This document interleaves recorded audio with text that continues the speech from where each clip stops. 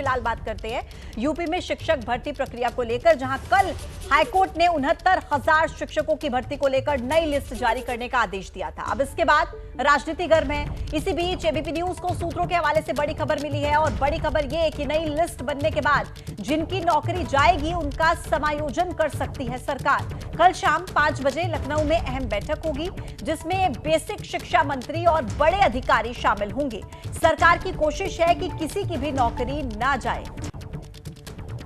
और इसी खबर पर ज्यादा जानकारी के साथ अभिषेक उपाध्याय हमारे साथ सीधे कनेक्ट हैं। अभिषेक, ये जानना चाहेंगे कि इस पूरे मामले को लेकर सरकार की पूरी प्लानिंग क्या नजर आती है?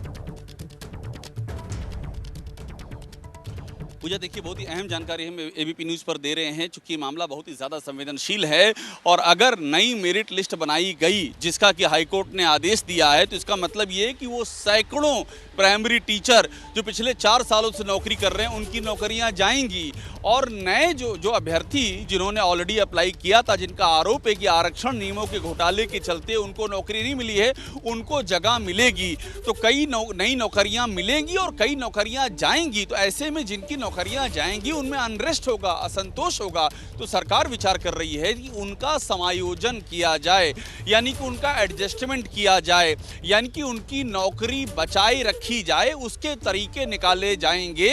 कल शाम को महत्वपूर्ण बैठक है। इस बैठक में बेसिक शिक्षा विभाग से जुड़े अधिकारी शामिल होंगे, बेसिक शिक्षा विभाग के मंत्री शामिल होंगे, सीएम ऑफिस से जुड़े आला अधिकारी शामिल होंगे और इसी पे चर्चा की जाएगी कि बीच का रास्ता क्या निकाला जाए। और एबीपी न्यूज़ को जानकारी ये है कि ये रास्ता होगा समायोजन का, यानी कि एडजस्टमेंट का। एडजस्टमेंट का मतलब ये होता है कि जब नई मेरिट लिस्ट बनेगी तो उसमें से जिन अभ्यर्थियों जो पहले से नौकरी कर रहे हैं, जिनकी नौकरी पे खतरा पैदा होगा, जो नौकरियों से बाहर होंगे, उनको एडजस्ट किया जाएगा।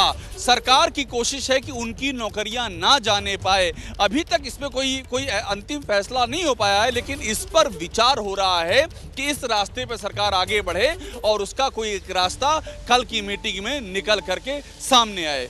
पूजा, शुक्रिया अभिषेक आपका जानकारी देने के लिए। तो ये बड़ी खबर आप तक पहुंचाई और अब वक्त एक छोटे से ब्रेक का है, फौरन लौट रहे हैं, आप रहिए हमारे साथ।